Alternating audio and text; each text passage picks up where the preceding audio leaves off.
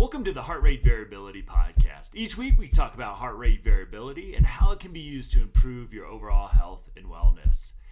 Please consider the information in this podcast for your informational use and not medical advice. Please see your medical provider to apply any of the strategies outlined in this episode. Heart Rate Variability Podcast is a production of Optimal LLC and Optimal HRV. Check us out at optimalhrv.com. Please enjoy the show. Welcome, friends, to the Heart Rate Variability Podcast. I'm really excited to be here with Dr. Desai. I love the subtitle of your website, The Heart Mind Doctor, Dr. Aseem Desai. Welcome to the show. I'm really excited to explore your expertise on the heart and the rhythms of the heart. I've been, like we were talking before, been nerding out on your website all afternoon, watching videos and reading about your work. So welcome to the Heart Rate Variability Podcast. And I'd love just to give a quick introduction of yourself and your work to our audience. Absolutely. Well, Matt, thank you for having me today. And hello to all the listeners out there. I think we're going to have a great conversation. My name is Aseem Desai, and I grew up in Chicago and did most of my training in Chicago and at Stanford. I am a first-generation Asian Indian. My parents emigrated from India in the late 1960s. And boy, to describe myself, the Heart Mind Doc is a pretty good description. I'm massively interested in mental health and how it ties to neuroscience. And then, of course, with regards to the heart, I was exposed to it actually, unfortunately, early on when I was about 3. My dad had a heart attack and then had sudden death when I was in the middle of medical school. And that, I think, definitely inspired me to pursue this career in cardiology. And in particular, I'm what's called an electrophysiologist or heart rhythm specialist, or EP. And so I specialize in the rhythms of the heart, and actually the autonomic nervous system and how that ties into heart rate variability is part of our wheelhouse in many different ways. And some of the data on heart rate variability actually originated from Holter monitors and things like that. In terms of else about me, I love yoga. I love playing guitar. I joke that I wish I was the 5th band member in U2. I think I have had an obsession with Bono since I was 16. So if he's listening, I'll say a quick hi to him. And then I would say that mindfulness has probably been a big game changer for me. I am married. I have 3 sons, actually, and I live in Southern California, in Orange County, California. And yeah, just excited to be here. And I would say that if you were to sum up what I'm about and who I am, it's all about balance and equanimity, and just sort of living a mindful life as you sort of try to surf through the stresses that we have. So that's all about me in a nutshell. So I love it. So I got a sort of a just personal interest question to kind of kick us off here as we dive into your expertise and work. When I talk to cardiologists sometimes about heart rate variability, I find a range of knowledge. We still come across some cardiologists who may have heard of heart rate variability in their education, but have no sort of practical experience with it, where there's others that, sort of are as excited as we are about getting heart rate variability on there as a monitor of, both cardiology, heart health, but also a range of other issues as well. How do you see being in the field and swimming in the waters of cardiology day in and day out? I'm just kind of curious, and I'm sure our listeners are too. What are y'all talking about at your conferences and other things about heart rate variability? Yeah, that's a great question. So yeah, in the heart rhythm disorder world in electrophysiology, as I said, heart rate variability, some of that data, some of that coming out with the sort of even idea of heart rate variability was really born from heart rhythm type monitors. And, it started with the Holter, and we have like a patch now that goes on the skin, and we actually have an implantable monitor that can do those kinds of assessments as well. But I would say that in the realm of electrophysiology, we find that cardiac arrhythmias, whether they originate from the top of the chamber, like atrial fibrillation, that'll get Mhm. 1 in 4 of us over age 40 at some point, big cause of stroke, or whether it's sudden death due to ventricular fibrillation or ventricular tachycardia, which is what my dad and mom both died of. That in particular, I think, has really been an area of focus with HRV in my field, is changes in HRV and how it predicts risk of sudden cardiac death, changes in HRV and how it relates to atrial fibrillation as a trigger. And then I would say in the realm of, I would say with regards to just the beat to beat variation, I mean, in electrophysiology, we see it literally during our procedures like ablations. And we can touch on this, but some of the rhythm issues that we deal with really impact the measurement of HRV for Yeah, people and can actually throw things way off in terms yeah. of interpreting some of those data. And atrial fibrillation is a really good example. And then the last piece I'll say about HRV is a lot of our technology that originates from some industry partners such as Medtronic, Boston Mhm. Scientific. These are companies people may have heard about. They actually have in many of their devices, and in particular their ICDs, their implantable defibrillators, and in their heart failure devices, which are called CRT, cardiac resynchronization therapy. It's a pacing therapy for congestive heart failure.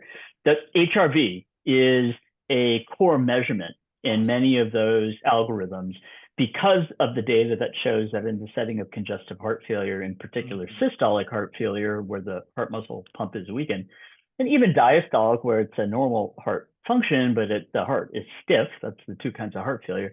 In those cases, heart rate variability changes dramatically, Yeah. leading to a hospitalization. So we use it quite a bit in the realm of you have a drop in heart rate variability that can act as an indicator of someone who may be going into a high autonomic sympathetic state. And that definitely is seen in the realm of congestive heart failure, cardiac arrhythmias, because it is showing, I mean, in a way, and tying back to that thing I said about me being all about balance, if you think of that autonomic nervous system and the balance of the autonomic nervous system like a seesaw, with regards to my field and cardiac arrhythmias, kind of circling back to your question, that seesaw is extremely important not only in risk stratifying people, but I think this is a good point you're making. We are not seeing it used in real time in clinical practice with patients, and we should. I mean, that's Okay. really my feeling on it. Yeah. I have patients literally just recently, within the last week, that on their Apple Watch they'll bring in their report of their heart rate variability, and they have AFib, and say, I don't understand why. There's this one guy who actually said, I notice every time I get HRV or I get AFib, my HRV goes up. And so I Yeah. was kind of explaining to him, I was like, well, actually, that's a little bit of the opposite of what you would think when the heart's under stress. And then I kind of explained to him, the irregularity in the HRV, in the heart rhythm can really impact the sort of accuracy of the Yeah. HRV. So that's a lot of information I just threw at No, you, and I'm kind of known to do that. So please I stop love me it. along the way.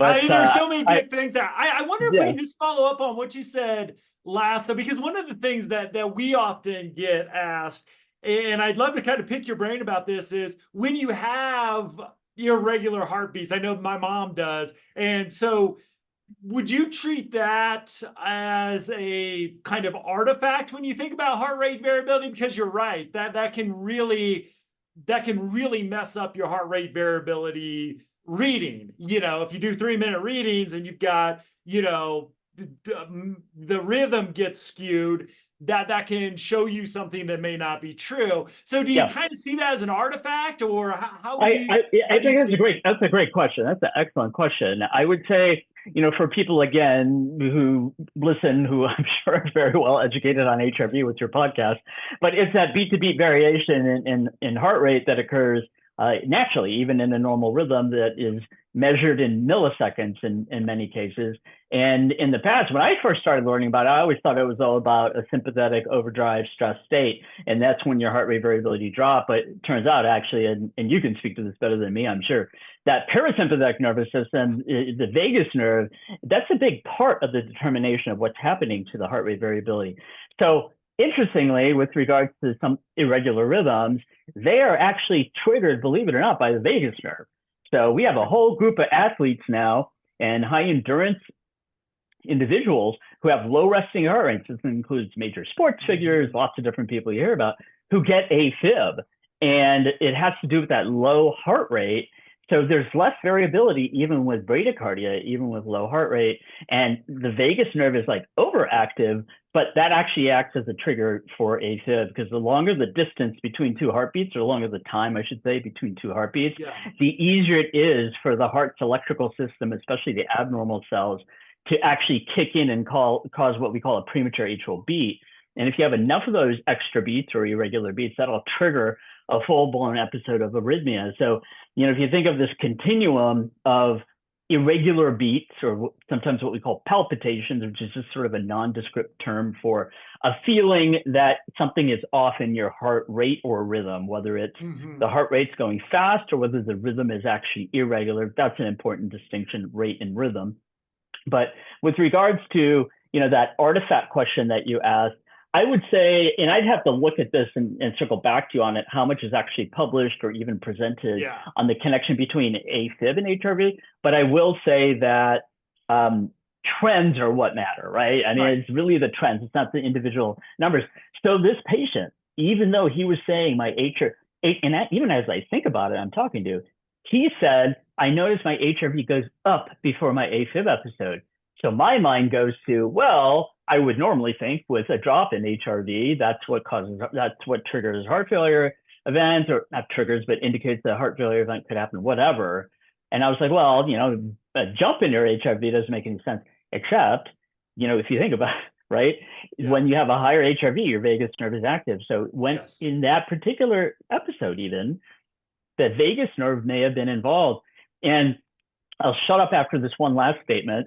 That when we do catheter ablation of atrial fibrillation, which is where we put a catheter in the heart, in a beating heart, through a minimally invasive approach, kind of like an angiogram or a stent, and we identify the spots around what are called the pulmonary veins in the top left chamber of the heart. That's the source of AFib. Think of it as almost like the sparks in these irregular beats are like the sparks, and then AFib is like the fire. Okay, and you have enough sparks triggering the fire. And then what sustains the fire is the wood, and the wood are risk factors that are out of control, like obesity and diabetes and high blood pressure and sleep apnea. It's kind of a good way to think of it all. But in those ablation procedures, what we noticed, and this was like decades ago now that people noticed, electrophysiologists out of Oklahoma actually found that when you ablate the ganglionic plexi that surround the left atrium on the outside surface or the epicardial surface of the heart, the GPs, the ganglionic plexi, that's where the vagus nerve has input into the heart in a bidirectional fashion with the central nervous system. That when you ablate those areas, you will get a massive vagus response. And the way that shows up with the heart is a long pause. And I'm talking a heartbeat of like 10 beats a minute. For a second or two. But so we're essentially talking about like 20-second pauses, like really profound pauses. And in the electrophysiology lab, we're very comfortable with craziness like that, whether it's rhythms like ventricular fibrillation, believe it or not, we're comfortable with. And I'm sort of, tongue in cheek about that. We're not comfortable with it, but we're used to dealing with it and prepared for it. But when we do these ablations and we see these vagus nerve responses where the blood pressure, the heart rate, either one of them or both drop, and then after the procedure, the patient, like the athlete who had a low resting heart rate that was contributing to their AFib beforehand, and now it's 20 points higher after the procedure for the first several months, and that even once you ablate that GP during the ablation, you see the resting heart rate go up. That increase in resting heart rate is a withdrawal, or what we call a vagolytic effect, like you're withdrawing some of the vagus nerve tone, and the arrhythmia is getting under better control. So I know I'm kind of going all over the place with these sort of high level kinds of discussions, and I'm really nerding out like you were talking about. Oh, this is great. This is great. But honestly, I hope you don't mind. This is sort of selfish of me. I take conversations like this as opportunities to even think through my evaluation of what's going on, and hope that I am reaching not only, I mean, you obviously who's very knowledgeable about this, but your listeners and the public of, HRV is such a powerful measure. And I've just been talking about the heart and the rhythm. We know HRV has a huge impact with regards to your emotional health and your mental health and changes in HRV. We use HeartMath, the company HeartMath, quite a bit with our patients. We can talk about that. But anyway, I'll stop. I said I was going to shut up like 5 minutes ago, but I'll stop and say one other thing, which is that when you do those ablations and you see that vagus nerve response, and we get the heart, basically we cure the heart rhythm, this heart rhythm problem, this irregular rhythm. So it's an irregular rhythm, and then we ablate the vagus nerve area, and the heart rate slows, which indicates we're hitting the vagus nerve. And then after the procedure, the rhythm is regular and faster. That tells you that we're impacting the autonomic nervous system and the heart rate variability, because we're restoring that seesaw, that autonomic balance between sympathetic and parasympathetic. So I really hope I didn't come across just now as massively confusing. I just got to ask my follow-up question. Yeah. So I'm going to shut up. I'm going to shut up. I'm dying to ask it, because the vagal nerve is like, if this show has a best friend, a best buddy, it would be the vagal nerve. Like, so I'm curious about, because everything I've read about it over the years, like, we want to strengthen vagal tone with all these great things. So why the heck is our best friend starting? Why is it turning on us? What is going on there? I mean, respiratory sinus arrhythmia is in my mind. Like, why is our best friend turning on us in this way? It's been such, it's our friend, and now it's possible it could turn on us. Matt, you need to be an electrophysiologist. It's not too late. I mean it. That is a huge unanswered question, but there are some partial answers, okay? In life, in the human body, we have this phenomenon of homeostasis, that everything wants to return back to sort of a stable state. Even in the polyvagal theory that, you hear Stephen Porges talk about, I mean, the vagus nerve is our friend. So is the sympathetic nervous system when we're running away from a dinosaur, right? Yeah. But when the sympathetic nervous system gets activated when you're like stressed out at home because you're dealing with, a meltdown from your child, like we often do, or you're in a conflict at work, then it's not your friend, because then you have this sort of emotional release, right? But let's look at the vagus nerve. The vagus nerve is the rest and digest. It's the rest and relax response of the parasympathetic nervous system. So yes, it is our friend when the need arises, okay? But if you have an overactivation of the vagus nerve or an underactivation of the vagus nerve, if the vagus nerve, or let's put it a different way, if there's higher vagal tone, if there's literally higher impact of the vagus nerve, it can act as a trigger for issues and problems. So it's almost, I mean, rather than think of the vagus as a friend, I think of that seesaw. I think of that homeostasis. I think of really the balance between sympathetic and parasympathetic nervous systems, like everything else in life. What do they say about diet? Some people are Atkins, some people, are vegan, et cetera, et cetera. Well, why do they say the Mediterranean diet is kind of one of the best? Well, it is a diet of moderation. What do we see about physical exercise? Extreme high intensity exercise. Yeah, great. But then there's some disadvantages. Same thing with like being a couch potato, but there's something in between. So it's all about balance. So in the same regards, if we go back to the vagus nerve in the sympathetic nervous system, there needs to be a balance, and that balance is dynamic. And, with the vagus nerve, and people may have heard of this, we do what's called a Valsalva maneuver during cardiac arrhythmias. So people who have one called that has a rhythm called SVT, or supraventricular tachycardia, this is where the heart rate just beats really fast, like 180, 200 beats a minute, and it has to do with the short circuit in the heart. And we can see babies get it, and we can see people who are 100 get it. You can see a whole gamut of ages, and it can happen to healthy people. With that SVT, we actually use the vagus nerve as our friend. And so we do the maneuver called Valsalva, where you activate the vagus nerve, whether it's coughing, whether it's bearing down, whether it's throwing your face in a bucket of ice water, whether it's laughing, even though it activates the vagus, that tends not to have an effect on the arrhythmia. But what the vagus does is it affects the sinus and AV node of the heart, the central electrical parts of the heart. And by doing that, you're transiently increasing, or you're using that friend more than you should. I mean, however you want to put it, but it actually stops the arrhythmia. So it's all about, again, it's all about moderation, because the thing is with our athletes, this is the coolest aspect of nature, right? Why do high endurance athletes get cardiac arrhythmias like sudden death or like atrial fibrillation? Well, again, some of it is thought to be due to an imbalance of the autonomic nervous system and too much of a good friend.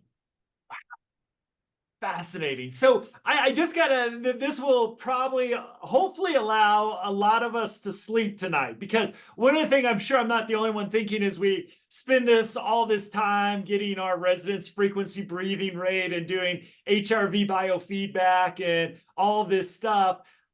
I'm going to assume, but I want you to I got the expert on the line here, so to speak, is I'm assuming we're not putting ourselves at risk because I feel like so much of my day now, because I'm a huge nerd about this stuff, is like whether it's splashing cold water on my face in the morning, whether it's gargling, whether it's doing my resonance frequency breathing practice, I would term that of strengthening vagal tone, really regulating. I would say in my term, even though I think we get lost with this in some corners, really that balance. I'm really, because the sympathetic, there's so much stress in life that I'm just getting that balance back. Am I thinking about that correctly? Absolutely. Because I'm sure there's a few people out there of us HRV nerds that are like, but I spend all my time during the day strengthening this vagal nerve thing. Yeah, no, it's a great question, because it's kind of like, how do we really think about the nervous system, and how do we think about our stress response, and how do we think about ways in which we can maintain that homeostasis or come back to that homeostasis when we're under stress? And then the question is always like, what should I do with my diet or exercise or even this vagus nerve? Like, can I overactivate it? And that's an example of the high endurance athletes, where if there's genetic components of arrhythmias there, those high endurance athletes with high vagal tone, that perfect combination can trigger an arrhythmia. Does that mean someone shouldn't be a high endurance athlete? Absolutely not.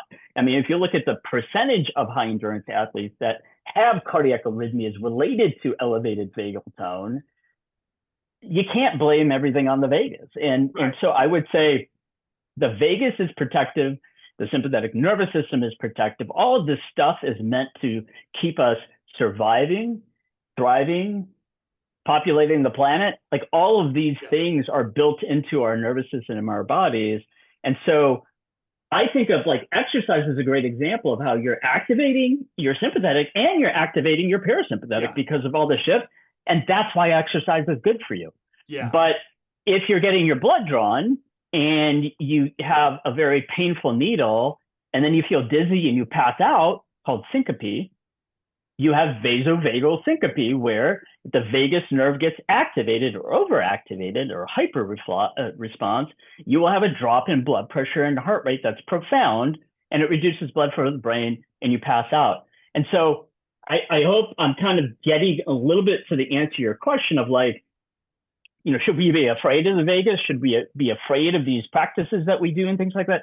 Absolutely not. These are great things. And as you and I know, the stuff that I'm talking about in this podcast interview is a combination of knowledge, experience, and perception. Okay. And I have a very limited view of HRV. And if you were to ask our colleagues in sports medicine, where a lot of the HRV data also comes from, it's used in a very different way. So I think balance is a great word. You and I have been throwing it back and forth. I think, and that's where I think HeartMath, and I'm sure you've had episodes talking about HeartMath or other products, the idea that if you have a biometric like HRV, that is an indicator of your state of stress.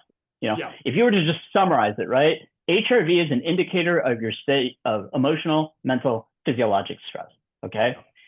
if you use that concept, then how can you use wearable devices or just practices, that date back to the Buddha, like Right. meditation? How do you use those practices? How do you get the feedback that you're doing it right? And that's where something like HeartMath, there's some criticisms in the Western medical community about some products, sort of what we call pseudoscience. And you have to be careful about, there are products out there that'll claim do a lot of things, but actually haven't even been necessarily gone through the FDA or large randomized trials. I'm not saying it doesn't work. I mean, my family's from India, and there's a lot of data about Ayurvedic medicine, but it's not integrated a lot into Western medicine, and et cetera, et cetera. So I think with regards to HRV and using devices like the Apple Watch, for example, or in the case of HeartMath, they have a whole slew of products.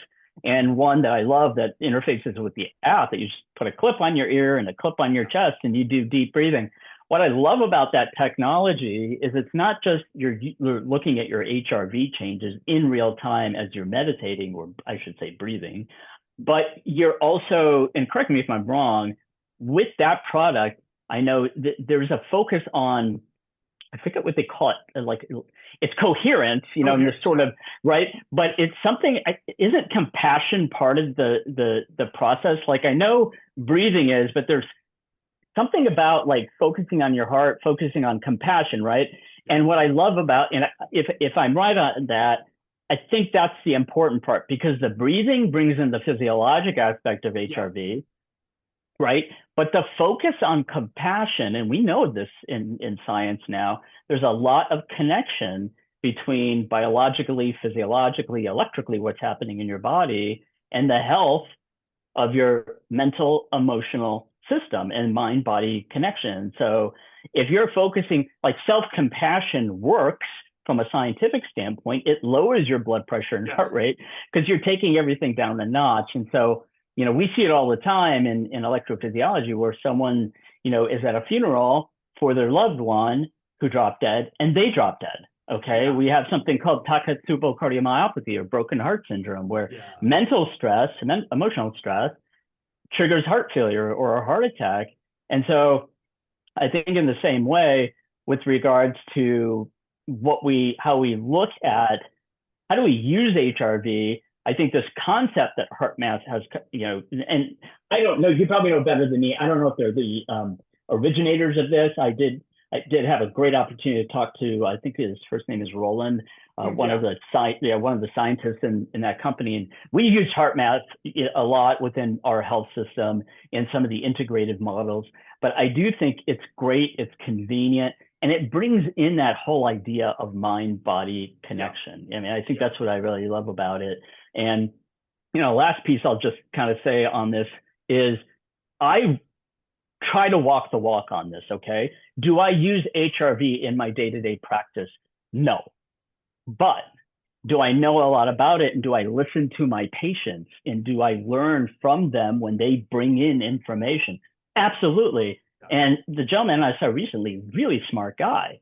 And he pointed something out to me about this jump in his HRV prior to his AFib episode. Right. And that was fascinating. Yeah. And I have to do a lit search on this, but it's that two-way communication between healthcare provider and person receiving, care is, the reality is, and we'll get a little philosophical for a second, but, you have had a lot of great guests on the show that have different levels of background and experience in different aspects of the human body.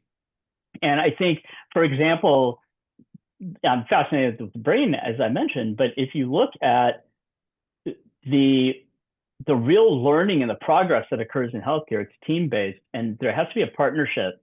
And I would say I learn more probably day to day about HRV because I was listening to one of your episodes in the past, the Pulse Code, which I found fascinating. And I think it's true. I mean, just like many other things in medicine, you're seeing this movement, like more doctors are teaching mindfulness in their office to their patients. Okay. Like we're seeing that. I think we're seeing more of this stuff on HRV. We just need more data. We just need to highlight this more at our conferences. I think, and I'd have to look, the Heart Rhythm Society, there's probably a lot of people that have presented stuff on this, but the day-to-day use in the office of HRV, whether it's in the office, in the hospital, with data that patients are bringing to us through Apple Watches, et cetera, can make a huge difference because we see the value of the Apple Watch in checking the heart's rhythm. I mean, people have made their own diagnoses of atrial fibrillation and other arrhythmias by sending me their Apple Watch tracings. They've come to me that way. And so I think HRV is just another metric. I think the challenge with HRV in medicine is we're not quite sure how to use it because it's part of the big picture. And we learned this with the device companies like Medtronic and Boston Scientific. They were incorporating this HRV metric, all right, in their devices like defibrillators and heart failure therapies to predict who's going to have heart failure, or are your lungs filling up with fluid? What change in HRV? And they then threw it with a bunch of other metrics like measuring patient activity and measuring kind of low resting heart rate. And they would come up with there's one thing called cardiac compass that is an algorithm in one of the devices. And it puts together all of these different metrics that the devices have the ability to measure. These devices can measure heart rate variability. I mean, that's one of the most accurate ways of measuring it. These implantable devices measure it. It's unclear what combination of metrics is optimal for predicting something like heart failure admission, right? But HRV is definitely a huge part of it, and an underused and an under-recognized part of this aspect of medicine. And I would make, the argument that to jump to the mental, emotional health of people, and I speak to myself, I went through burnout. I've had mental health challenges, depression, anxiety after the loss of my dad. I've had a lot of mental, emotional health challenges in a field that's involving very high risk procedures, which we need to be balanced and we need to be able to have it all together. And I definitely see that while we may be teaching things like mindfulness in the office and compassion to our patients, and there's a growing movement in that in Western medicine and using those tools just like you would use an antibiotic in some regards, right? That, HRV is part of that. And it's sort of like, and you may have even mentioned it on the Pulse Code episode that I listened to, but it's kind of like we have this metric. Why haven't we been using it for all this time, right? And I think the reason why, at least from my perspective, I can speak to this, is electrophysiologists who implant defibrillators, for example, where these HRV metrics have been available for a long time. Okay, a long time. We even with the science, they weren't quite sure how to incorporate it. So I think that's the piece that needs to be kind of ironed out. Is okay. Well, what technology for measuring HRV is the best, and then what's the best way it gets incorporated into like a wearable device for someone, and then how did Apple, for example, partnered with Stanford. So how do you get companies to partner with academic institutions to kind of figure this stuff out, right? Yeah, and it would, to me, it's like, and this comes from like, my mental health background, not the medical back. I don't have the medical background. I got an MBA in healthcare administration, but they won't let me prescribe meds, which is probably a good thing. So it was just like, to me, such a vital sign. That's how I looked at it. My frustration is somebody, working with an individual with trauma or addiction, we're not going to do the implantable things unless there's other issues going on. But we couldn't get that data on a regular basis either, because that's where I think like heart rate variability nowadays can have power to track progress, treatment, or give you warning signs. In my world, it might be like a relapse or a self-harm attempt. Your world, it might be a heart attack. But it gives us, if we can get daily readings, which if you got an implant, that's pretty easy to get. If but now, our device costs $40. So it's not that expensive nowadays to get that tracking and then look at that. But it's integrating that into, I think, like you said, educating providers on what that might look like. And in the medical profession, how do you give alerts? If you've got a few hundred patients you're working with, how do you get alert that Matt's had a 2-day drop or a 50% drop overnight to get that sort of warning up to the physician or to me as a mental health therapists, so we can take action, which might just be a phone call. They may have Right. started training for a marathon yesterday, and that would explain a lot. But to me, it's just like that vital sign, because I think when I go to the physician's office, my blood pressure is telling you the stress I've had on the commute over the doctor's office, my day, and sitting in the waiting room. It may give you a little bit more information, but it's such a one-off kind of metric. And that's where I think a lot of our technology can start to give more everyday sort of data that could be really useful as well. I'm really glad you pointed that out, Matt, because like I have an Aura ring on, right? Yep. And I had an Apple Perfect Watch on example. before. And the reason why I like the Aura ring, I had an Apple Watch, but I'm a watch guy. I inherited that idea from my dad. So it's like, I don't want to wear an Apple Watch. I want to wear like a watch my wife gave me for my 50th birthday. It's a very nice watch. Right. And so I got an Aura ring that kind of matches my wedding ring, right? There you go. But I agree with you. When you think about health, whether it's emotional, mental, whether it's addiction medicine, whether it's cardiac stuff, you think about prevention and you think about intervention. And so prevention would be like a relapse, or prevention would be a heart failure hospitalization. And then you think about intervention. So intervention, let's start with prevention. What changes? I love the idea of a vital sign of, I've heard people talk about that with HRV. What changes in HRV, and let's get granular, like what changes in HRV have been shown scientifically in studies to predict X, okay, whatever it is you want to say. And the challenge is a lot of that stuff, the literature right now is focused on physical health, not on a mental, emotional health, and focused on areas outside of psychiatry and psychology and neurology. And I think that's the piece that really needs to move forward. And I think in the sense that we're in a place now since the pandemic where mental health has gotten significantly worse, where people are interested. People like companies are interested, Medtronic's interested, physicians are interested. Why?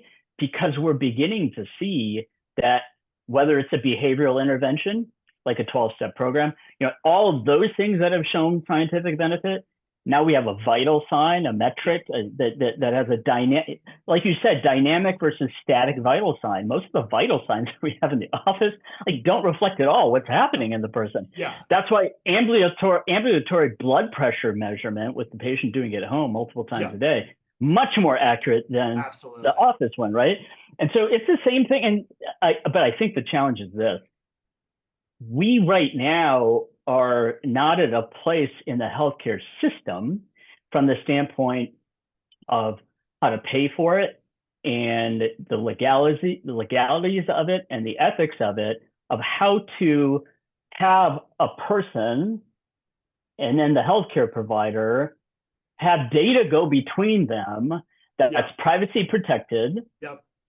All of those factors need to come into play because, for example, with Apple, the ability to record an electrocardiogram, an EKG, and send it to your physician, like we're still in an unclear stage. I mean, there's some law that sort of governs that, but a lot of it's sort of like consensus statements from societies. And certainly, whatever gets sent back and forth in the patient's electronic health record, that's protected. But the challenge for physicians and providers is, if a patient's sending me graphs on their HRV, and then I'm trying to make a decision about whether they need to be admitted hospitalization, whether it's for their mind, their heart, or their body, right? There's a lot hanging on a physician. And I'm not just talking about medical legal. I know that's the stuff everyone talks about. But also just from an ethical and a scientific standpoint, we want to be very careful. We want people to be empowered. I always say it this way. I am knowledgeable about the human body. I have experience with the human body.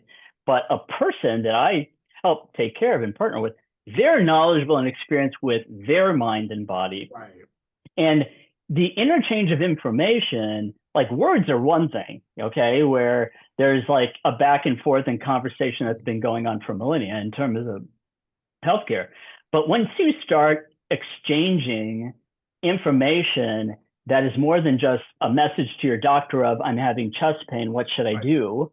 Okay, sending it through once you start doing it with patients who someone's wearing a Garmin, someone's wearing an Apple Watch, you're having all these technologies, none of which have been like FDA approved.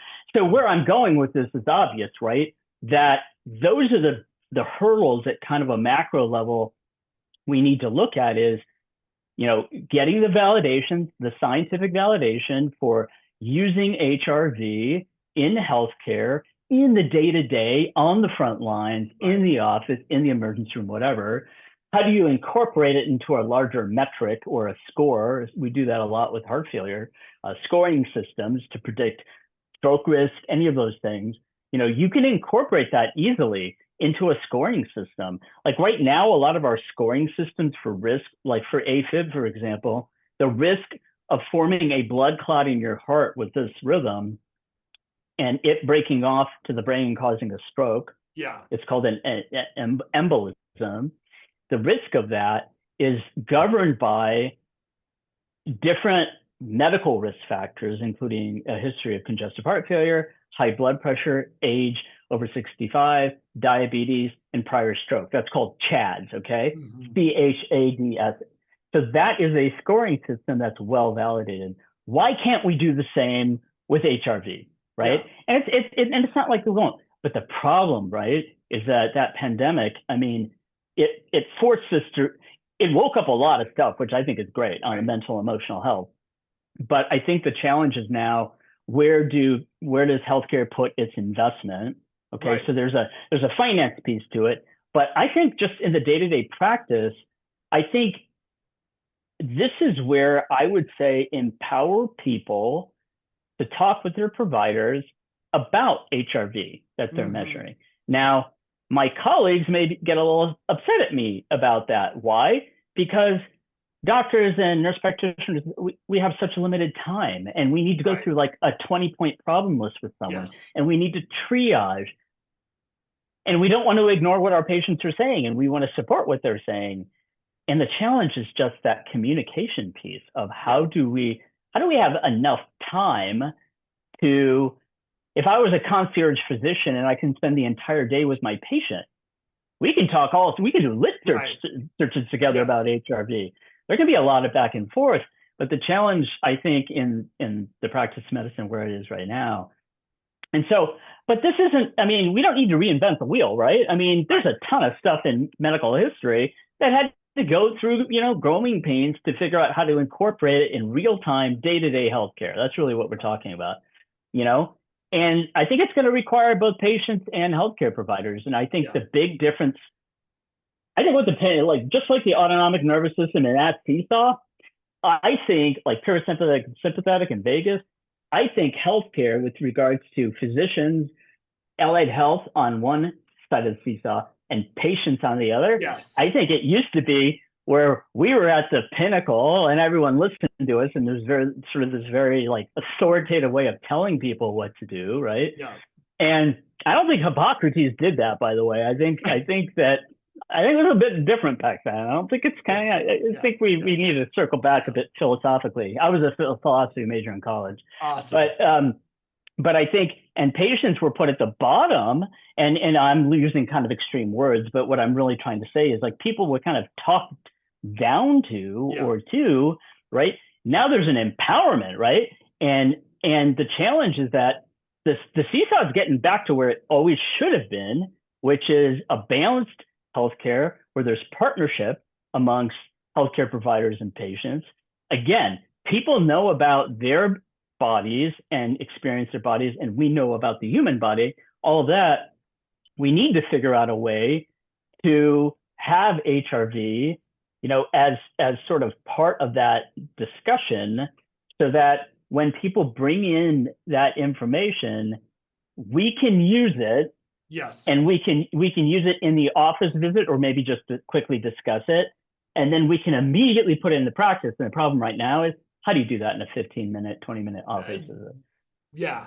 Yeah, I am with you on that 100%. I don't know how you do anything. I just feel because I do a lot of work in resiliency and staff wellness in healthcare, and I just don't know how you do much of anything of meaning. And you figure out ways to do it, but like 15 minutes is just how do you get to any of the emotional responses? How do you help create motivation for adherent? Like all this stuff that goes in that some people 15 minutes is enough, but I know a lot of our population, it's not, it's so hard. And I just I feel for you that you try to accomplish so much in such a small period of time with that. No, I can appreciate that. I mean, I think, I feel for people who are in the office visit who are going to see their doctor, like they're sort of getting gypped of a lot of time, Yeah. especially if the doctor's running late. Why do I say that? Because I have been a patient since the mid-20s. Yeah. My mid-20s. I developed anxiety and depression after my dad's death, and I've had to see all sorts of doctors and practitioners over the years, therapists and different doctors.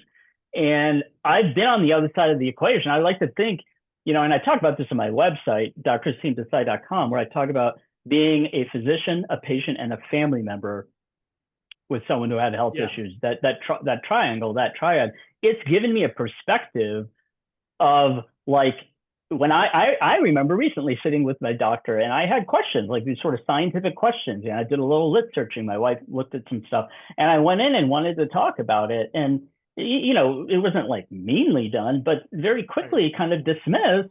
And it's sort of like, and I'm a doctor for heaven's sake, why can't we have that discussion? Right.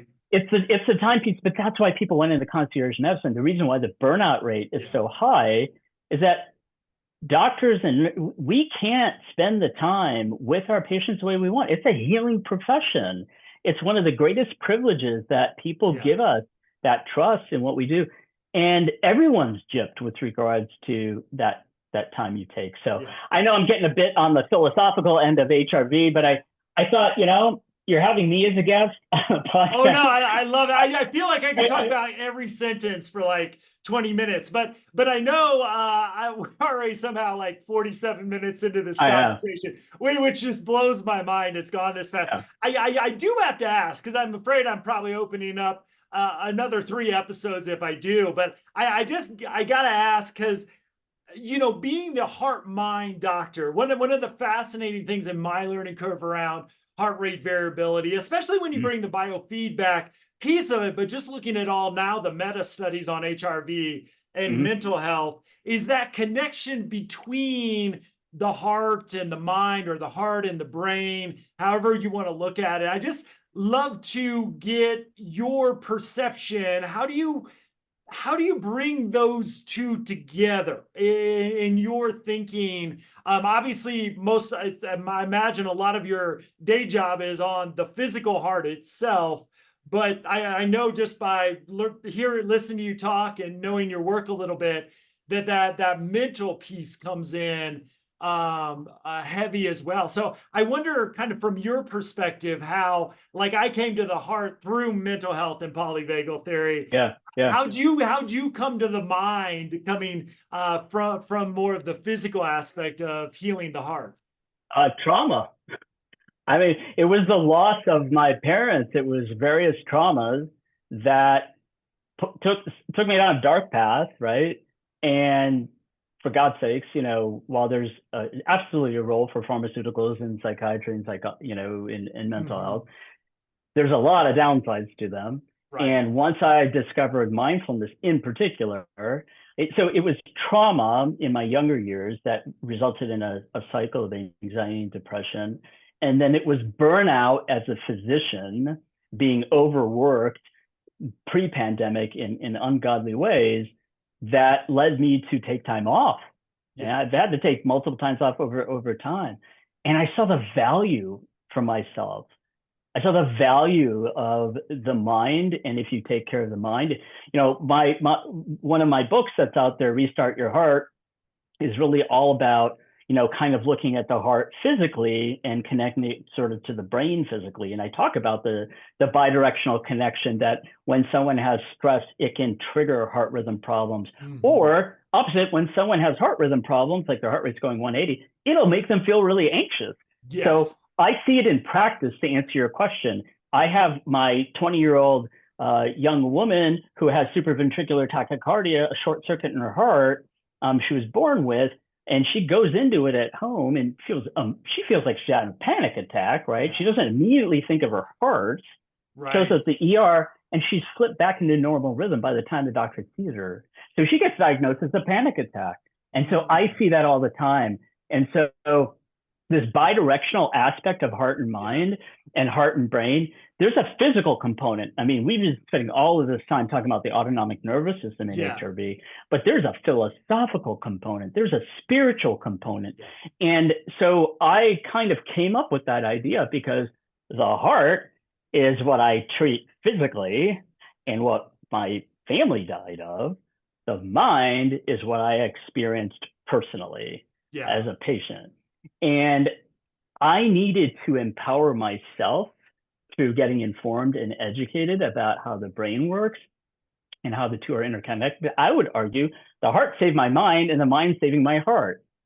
My dad's cardiac arrest actually led to my career and gave me an empathy for people. My mental health challenges directly impacted not just my patients through empathy and compassion, but open my heart, And so, the tagline on my website talking about, empowering hearts and opening minds, heart mind.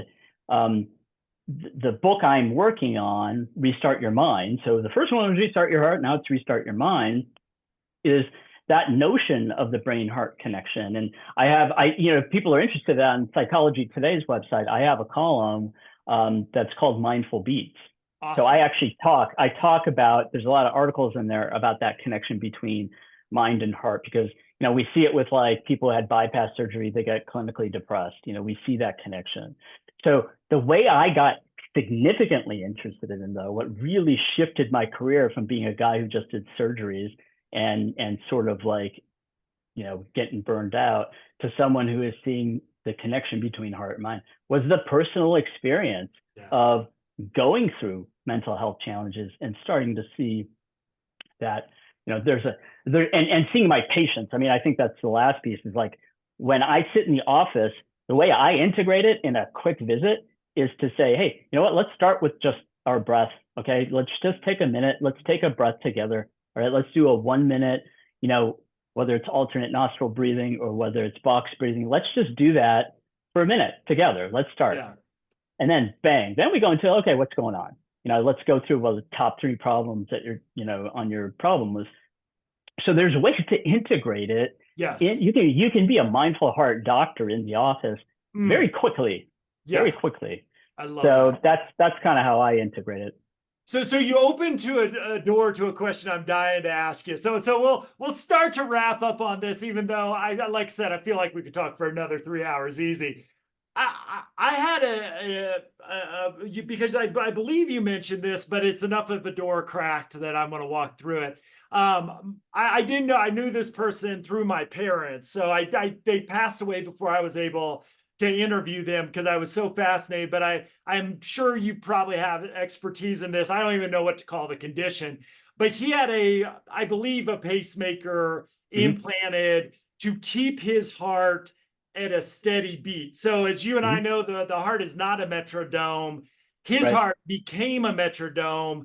And I was dying to interview the individual because what he told my parents and very layman's is he didn't feel like himself anymore.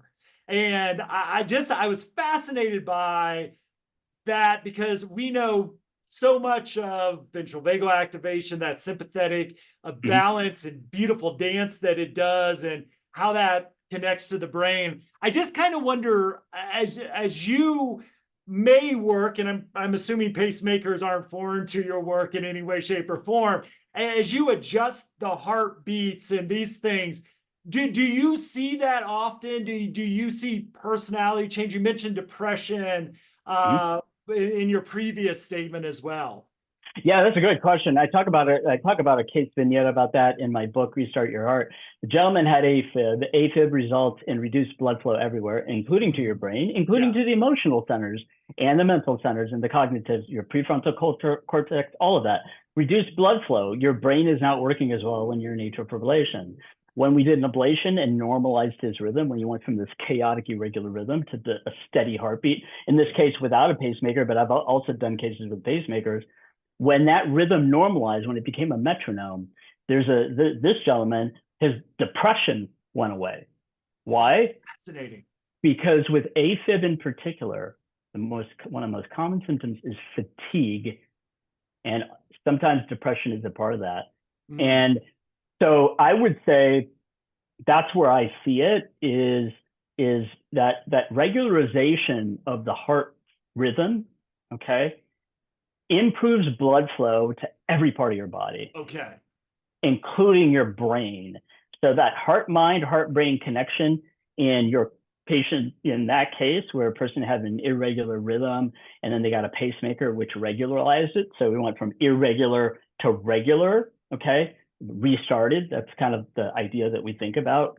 Or we can do it in the case of shocking someone's heart, Hmm. irregular to regular, is you've improved blood flow. You've made the heart's an engine. You've made it a more efficient pump. And so I would say by and large, on the positive side, people will feel better and more fatigued, or more energy, et cetera, et cetera. And mentally and emotionally and cognitively, and there's a lot of data on this, there's data on ablation and reducing the risk of dementia in patients with AFib. So there's a lot of information. Blood flow is probably the biggest piece, and the efficiency of your heart as a pump to your brain. But then the other big piece of it, right, is that you're not having this stress response in your body. We Yeah. all know that, like, depression, for example, causes very physical symptoms. Yeah. Anxiety does the same thing. So when you normalize the physical, like irregular to a regular metronome heartbeat, you're going to impact in a good, most of the time, good way. But I will say there are times, of course, where medicine and some of our interventions make things worse, okay? It Yeah. can have a change. But I don't know if that's answering your question, but Yeah, I guess the layman's question is if I'm assuming when you turn the heart into a metrodome, you're sort of are you overriding the the vagal tone and creating your own with that? yeah, that's a great question. I think what you're in, I would think of it more this way. When you're irregular and fast and the heart's not doing well, and then you're changing it to a metronome, you're normalizing, you're bringing the body back to a state of homeostasis. Like, let's take HRV out of the equation. Yeah, You're lowering cortisol, you're lowering the yeah, stress response state, okay? yeah, Because the stress response state is high when the heart is out of rhythm, and when you make it a metronome, it drops. Now, if you take someone who's so with a with pacemakers and the way they work, they don't stay fixed at 60. They work with your heart's rhythm right. and rate. So the heart rate go up, and if a patient's heart rate gets variable, et cetera, the pacemaker is not going to kick in, and you can adjust that rate on the pacemaker from 60 to 80 to 40. Mm, So you can adjust. Think of the rate on a pacemaker, or the person you're talking about. That's sort of like a safety net. yeah, So it doesn't override the different aspects of the vagus nerve. It is meant to work with it, but if it's not programmed correctly, or if a pacemaker is put in for the wrong indication, or maybe not I shouldn't say for the wrong indication, but maybe a patient their health has progressed too far, or yeah, whatever it is, normalizing the heartbeat, again, if it's way out of sync and irregular, normalizing it to metronome is much better than being way out of sync. right. Would it be ideal? But the only scenario really where a pacemaker fully takake over is someone who's called pacer dependent, which is mean they have no underlying heartbeat. And there Right. are some patients with atrial fibrillation, people who there are conditions called AV block where you have to fully take over with the pacemaker. Yeah. But that's much better than having a heart rate of 20. or a heart Yes. rate of 180. So I Or don't know. zero if you Oh, didn't have it zero. any of Yeah, those. yeah, Yeah. yeah. I'm not sure if I'm answering your No, question. it just is fascinating research to me. So I appreciate you, my friend. I feel like I said, I feel like I could talk to you for another 3 to 4 hours just with everything we've opened up. So I'll just throw an open invitation to come back at some point, especially since you're writing a second book. That definitely, I hope, will be a trigger to have another conversation. But Dr. Desai, I just appreciate you, appreciate your work, and sharing it with our audience. Thank you, Matt. It's been an honor to be on the show. I really enjoyed our conversation. I really hope in the end your listeners didn't get too distracted by all the weird paths that I was taking. But I'm a cardiologist and my mind's going all over the place right now. So heart, mind, eye. But I I would love say it. like the three things I want to leave people with is with regards to the heart and HRV is number one, you know, definitely you need to think about HRV from the standpoint of not just physically your heart, but also your emotional mental health. Mhm. And really incorporating HRV if you can in the form of some kind of wearable, into your daily practice and do experiments on yourself, like see, does my HRV change? Do I actually feel better? That kind of thing. So that's number one. And then number two is I would definitely encourage people, if you want to learn more, I have a lot of videos. I have a lot of content on my website, draseemdesai.com. It's just draseemdesai.com. And then, with regards to, some of the stuff I've written about in my book and some of the stuff I'm working on, you know, you really can improve your overall health and find balance in a chaotic world when you focus on both your mind and your heart. And there's tools, there's ways you can do it.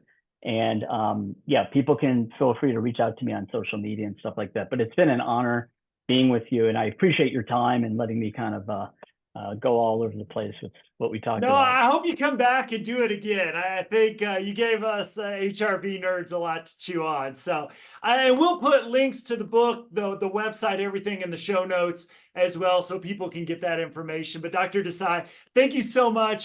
Thank you for your work. And as always, you can find show notes and everything else at optimalhrv.com. We'll see you next week.